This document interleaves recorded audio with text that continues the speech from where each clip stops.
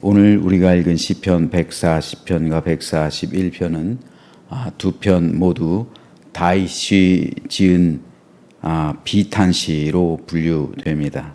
이 시들은 모두 왕으로 기름 부음 받았지만 사울을 피해서 10년 동안 도망다니던 시절에 다윗이 지은 시들입니다. 그래서 140편의 주제는 악인들의 극악스러운 강포로부터의 구원 간구이며 141편은 행악자들의 파멸 고대와 행악자들의 함정으로부터의 구원 간구입니다.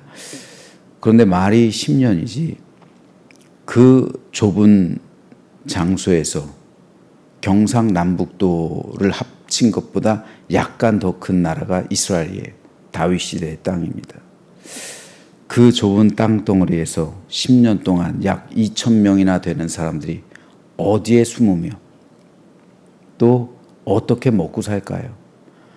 극심한 핍박과 스트레스와 고난은 극심한 것이었어요. 다윗이 지은 시 가운데 내가 새벽을 깨우리로다.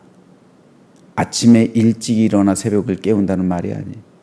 밤새 잠을 자지 못하는 거예요. 그래서 파수꾼이 아침을 기다리는 것처럼 극심한 고난과 스트레스 가운데 불안에 떨어서 새벽을 깨우는 거예요. 새벽녘이 오기까지 그냥 잠을 못 자는 거예요. 왜요? 언제 들이닥칠지 모르니까. 이게 다윗의 마음이었다고. 그 기간이 무려 10년이에요. 다윗은 사울을 2번이나 살려줬어요. 그 기간 동안. 하지만 그럼에도 사울은 끝까지 다윗을 찾아다니며 죽이려 했습니다. 그때 다윗은 자신의 절박하고도 억울했던 마음을 하나님께 간절히 호소하면서 의인인 자신을 악인들로부터 구원해달라고 간구했습니다. 특별히 다윗은 이 두 편의 시들을 통해서 악인들의 악행에 대해서 고발하고 있어요. 그러니까 이 시는 한편으로 보면 하나님께 그들의 악행을 고발하고 있는 고발시예요. 오늘 이 가운데 시편 140편을 살펴보려고 하는데 140편은 크게 4문단으로 나눌 수가 있습니다. 5절까지는 악인들의 극악스러운 강포의 고발과 보호의 간구를, 6절 7절은 과거 여호와로 말미암은 구원의 회상을, 8절에서 11절은 악인들의 소원과 음모의 좌절 및 악인들에 대한 심판 간구를, 12절 13절은 여호와의 공의와 의인 구원에 대한 신앙 고백을 고백하고 있습니다. 여기서 다윗은 자신을 위협하는 악인들을 3가지로 표현해요. 첫째 전쟁, 둘째 독사, 셋째 올무. 즉 악인들은 피 흘리며 전쟁하기를 좋아하고 또 말하는 것은 독사와 같으며 그리고 올무를 놓아 사람을 그물로 잡으려 한다는 거예요. 특별히 다윗은 악인들의 이 3가지 특성 가운데서 2번째 특성에 대해서 이렇게 고발합니다. 뱀같이 그 혀를 날카롭게 하니 그 입술 아래엔 독사의 독이 있나이다. 여기서 다윗은 악인들의 말하기의 특성을 2가지로 표현해요. 첫째는 악인들의 말하기는 날카롭다라는 거예요. 날카롭다라는 것은 말하는 것이 칼처럼 다른 사람들의 마음을 찌르고 베어서 그 마음에 상처를 주고 나아가 그 심령을 죽게 한다는 거예요. 이게 날카로운 말입니다. 하나님께서 사람을 창조하실 때 동물들과 다른 짐승들과 가장 크게 구별되게 만든 것 가운데 하나가 바로 말하기입니다. 짐승은 언어로 대화하지 않아요. 행동과 몸짓으로 자기들의 의사를 표현하지 말과 대화로 의사소통하지 않습니다. 오직 사람만이 말로 의사소통을 하며 관계를 맺으며 살아가요. 다른 사람과 말로 관계를 맺는 거예요. 따라서 사람의 말은 상대방을 배려해야 하고 죄에 대한 완곡하고 부드러운 말을 사용해야 하고 남이 들을 때 언짢은 말이나 기분 나쁘게 들리거나 남을 무시하거나 자기 주장만 하거나 함부로 말하는 것을 조심해야 합니다. 날카로운 말들은 필연적으로 다른 사람의 마음을 뱁니다. 날카로운 말들은 다른 사람의 심령을 찌릅니다. 이것은 성령께서 양심을 찌르는 것과는 달라요. 똑같은 찔림인데 성령께서 양심을 찌르는 것과 날카로운 말이 다른 사람의 심령을 찌르는 것은 완전히 구별됩니다. 성령께서 사람의 심령을 찌르는 것은 회개에 이르게 해요. 그렇죠? 성령의 찌르기는 회개하게 합니다, 사람을. 그런데 사람의 말로 다른 사람의 심령을 찌르는 것은 상처받게 만드는 거예요. 나아가 시험에 들고 그 영혼을 죽음에 이르게 합니다. 그러므로 성령의 찌름과 말로 찌르는 것은 완전히 다른 거예요. 성령의 찌름은 생명에 이르게 하지만 사람이 말로 찌르는 것은 사망에 이르게 하는 거예요. 두 번째로 거기에서 더 나아가 악인들의 말에는 치명적인 독이 있다라고 다윗은 말합니다. 어제 희민이가 독사에 물렸어요. 많이 괜찮아지긴 했습니다만 독사가 왜 위험합니까? 독이 있기 때문에 그런 거예요. 독은 사람을 죽게 만드는 거예요. 그런데 말에도 독이 있다는 거예요. 그래서 그 말을 귀로 들을 때 심령 가운데 들어가죠. 그래서 그 심령 가운데, 그 마음 가운데, 그 생각 가운데 그 독이 주입되면 그 사람을 죽게 만든다는 거예요. 독은 곧 정죄요, 저주요, 조롱이요, 모욕이요, 비난입니다. 사람은 정죄받고 비난과 조롱과 모욕을 당하면 그 심령이 상하게 되고 병들게 됩니다. 왜냐하면 이런 말들의 형태가 독이 되기 때문에 그래요. 이런 말들을 하면 그 말을 듣는 상대방은 독을 먹는 거예요. 마치 뱀의 독사에 물리는 것과 같은 이치라고요. 사람이 타락하면서 가장 먼저 타락한 것 가운데 하나가 말이에요, 말. 여러분, 사람 말도 타락했다는 것 생각해 보신 적 있나요? 사람이 타락하면서 우리의 말하기 습관도 타락했다는 거예요. 왠지 아십니까? 하나님께서 죄를 범한 아담을 찾으셨을 때 아담이 하나님께 뭐라고 말했습니까? 하나님이 나에게 데려다 준 이 여자가 나에게 선악과를 줬습니다. 말이 거칠어졌어요. 원망한 마음, 미움을 담은 마음, 그 마음을 담아서 말하기를 시작했어요. 하와 역시 뱀이 간교하게 나를 꼬셨습니다. 라고 대답했습니다. 타락한 아담과 하와에게서 일어난 첫 번째 변화, 말의 변화예요. 즉 그들은 부드러운 말과 은혜스러운 말과 은쟁반의 금사과처럼 아름답고 복된 말들을 사용했었어요. 여러분, 천국에서의 언어가 어떨까요? 우리가 진정으로 가정에서 천국을 이루고 있다면, 내 심령 가운데 진정 천국이 임했다면, 우리 교회가 진정으로 천국 공동체라면 우리 교회에서는 어떤 언어 생활이 있어야 될까요? 천국의 말을 해야 될 거 아니에요. 천국에서는 날카로운 말들을 할까요? 그렇지 않겠죠. 여러분, 우리가 말로만 가정천국을 말하면 안 돼요.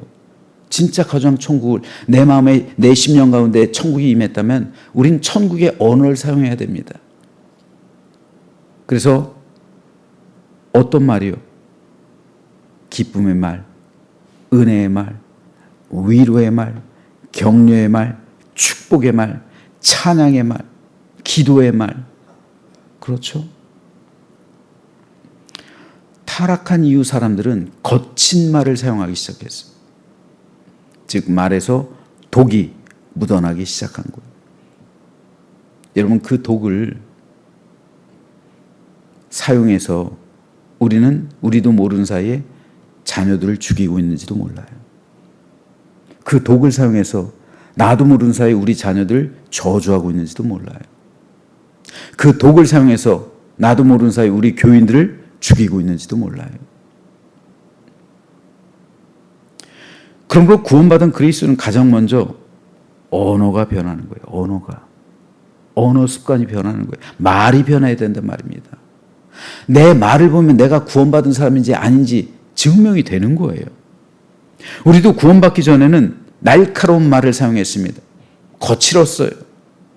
독이 가득한 말을 사용했어요. 저주했단 말이에요. 그래야 내 마음이 후련했단 말입니다.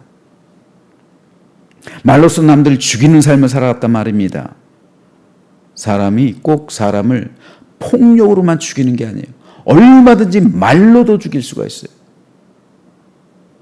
그런데 이 저주를 받고 자란 아이들은 평생 그 말이 마음에 남는 거예요.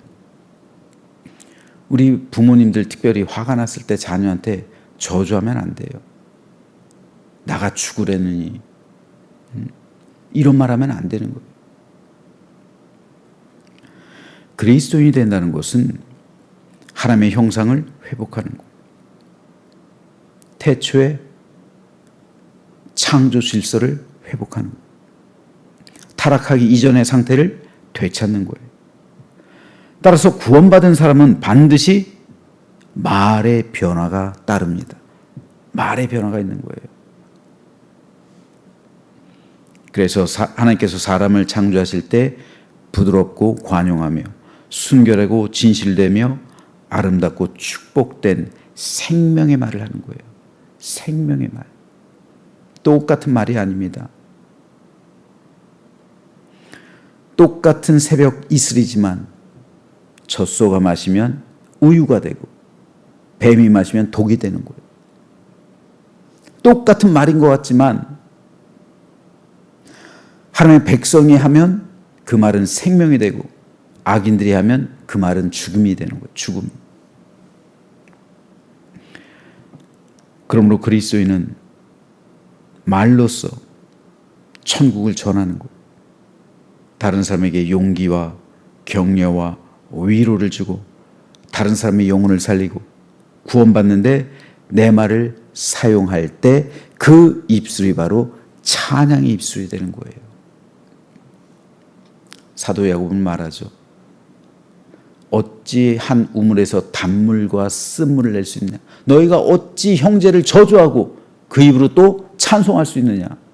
그럴 수 없다는 거죠. 이것은 우리의 찔림이 됩니다. 저에게도 찔림이 돼요. 내가 하나님을 찬송한다 하면서 내가 하나님의 말씀을 증거하면서 그 입술로 형제들을 저주하고 판단하고 정죄하고 비난하고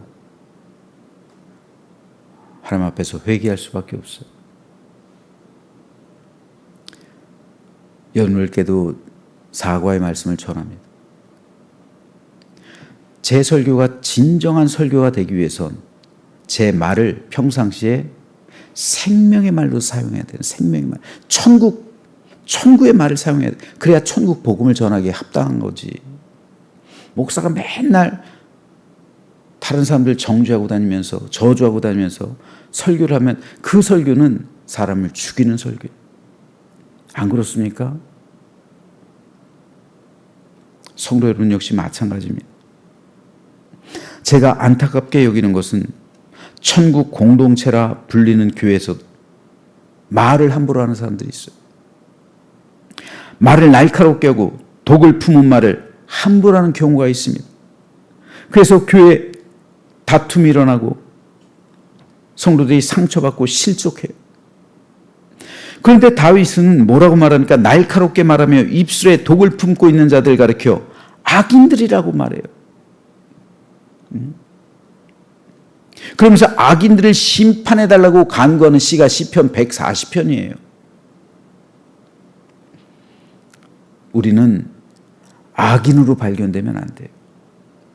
하나님 앞에서 말로 악인이 되어서는 안 된단 말입니다. 하나님의 백성을 정죄하고 하나님의 백성을 비난하고 하나님의 백성을 책망하는 것은 곧 하나님을 대적으로 만드는 거예요. 이것은 하나님 볼 땐 악이 되는 겁니다. 이건 끔찍한 죄를 짓는데도 우리는 몰라요. 우리는 하나님의 백성을 스스로 정죄하고 있으면서도 하나님께 내가 열심을 품고 마치 선지자처럼 말한다고 생각합니다. 아니에요. 절대로 그렇지 않아요. 우리가 진정 선지자의 말을 한다면 그 사람의 생명이 살림받는 거예요. 내가 죽는 거지 선지자는 남을 죽이는 사람이 아니에요. 그런데 우린 내가 살고 남을 죽이잖아요. 이건 악인들이에요. 선지자가 아닙니다. 선지자는 내가 죽고 남을 살리는 사람이에요. 말하기도 똑같아요. 우리가 진정 하나님의 말하기를 배운다면 나는 죽고 남을 살리는 거예요. 근데 우리에게 말하기를 통해서 누군가 실족하고 누가 상처받고 그 마음의 폐부가 찔려가지고 피 흘리고 있다면 그게 어떻게 선지자의 말하기겠습니까? 절대 그렇지 않아요. 그건 악인의 말하기예요. 끔찍한 일입니다. 하나님의 공동체에서 우리가 신앙생활하고 있으면서도 결국 하나님께서 악인이라고 생각할 수 있는 거예요. 하나님 앞에서 악인으로 발견될 수가 있는 거예요. 뭘 통해서? 우리의 말하기를 통해서요. 여러분 끔찍하지 않습니까? 저도 마찬가지. 제가 아무리 설교를 은혜스럽게 하고 잘 전한다고 할지라도 착각일 수가 있는 거예요. 평상시에 제 말하기를 통해서요. 그러니까 얼마나 우리가 회개해야 합니까? 저도 오늘 많이 회개해야 되고요. 여러분들도 오늘 많이 회개해야 합니다. 오늘 설교를 준비하면서 생각해 봤어요. 한국교회에서 그리스도인답게 말하기를 가르치는 교회가 없어요. 여러분, 전 한 번도 교회에서 어떻게 말하라고 배워본 적이 없어요. 여러분, 교회에서 이제까지 살아오시면서 성도로서 어떻게 말해야 하는지 말하는 법을 배워본 적이 있습니까? 근데 이 법을 교회에서 보니까 가르쳐야 돼요. 우리가 구원받았다는 건 하늘의 시민으로 다시 태어났다는 거죠. 다시 태어났다면 당연히 말하는 것을 배워야 되는 거예요. 하늘 시민으로서의 말하는 걸, 천국 시민으로서의 말하기의 법을 배워야 돼요. 이 세상에 태어난 아기가 부모를 따라 말하기를 배우죠. 마찬가지로 오늘 우리도 말하기를 배워야 돼요. 누구한테요? 목사한테요. 그리고 장로님들, 권사님들한테요. 그러므로 저는 저를 비롯한 교회 리더들이 지금 이 시간부터 천국 시민다운 말을 먼저 본으로 보여주며 믿음의 선배로서 말하기를 가르쳐 주시기를, 믿음의 본이 되시기를 주님의 이름으로 축복합니다. 그래서 아직 신앙이 성숙하지 않은 성도가 날카로운 말을 하거나 독을 품은 말을 할 때 그렇게 말하는 게 아니야. 그리스도인은 부드럽고 은예스럽게 말해야 하고 사랑과 기쁨 넘치는 말을 해야 해요. 생명의 말을 하는 법을 가르쳐 줘야 돼요. 독을 품은 말은 필연적으로 누군가를 죽입니다. 에스겔 선지자에게 하나님의 영광이 임했을 때 에스겔은 이렇게 말해요. 화로다 나요. 망하게 되었도다. 나는 입술이 부정한 사람이요. 나는 입술이 부정한 백성 중에 거주하면서 만군의 여호와이신 왕을 배웠습니다. 에스겔이 하나님의 영을 맨 처음에 만났을 때 가장 먼저 했던 고백이 화로다 나요. 망하게 되었도다. 나는 입술이 부정한 사람이다. 입술이 부정한 사람에게 어찌 하나님의 영이 임할 수 있습니까? 나는 죽을 수밖에 없습니다. 입술이 부정한 사람이 어떻게 하나님의 말을 전할 수가 있습니까? 내가 어떻게 감히 선지자가 될 수가 있습니까? 내가 어떻게 예언자로서 하나님의 말씀을 전할 수가 있습니까? 내 입술이 이렇게 부정한데. 그때 스랍 중 하나가 부젓가락으로 제단에서, 하늘 제단에서 핀 수출 손에 가지고 에스겔에로 날아가요. 그래서 에스겔의 입술에 댑니다. 하늘 숯불을 대버리는 거예요. 이것이 내 입에 닿았으니 내 악이 제하여졌다. 내 죄가 사하여졌다. 우리 입술은 정결한 입술이 되어야 돼요. 예수 그리스도의 십자가 보혈로 우리 입술이 씻김 받아야 되고 성령의 불로 우리의 입술의 죄악이 소멸되어야 되는 거예요. 그럴 때 우리 심령이 하나님의 생명을 이어받아서 정한 말을 하게 되는 거예요. 거룩하고 성결한 말을 하게 되는 거예요.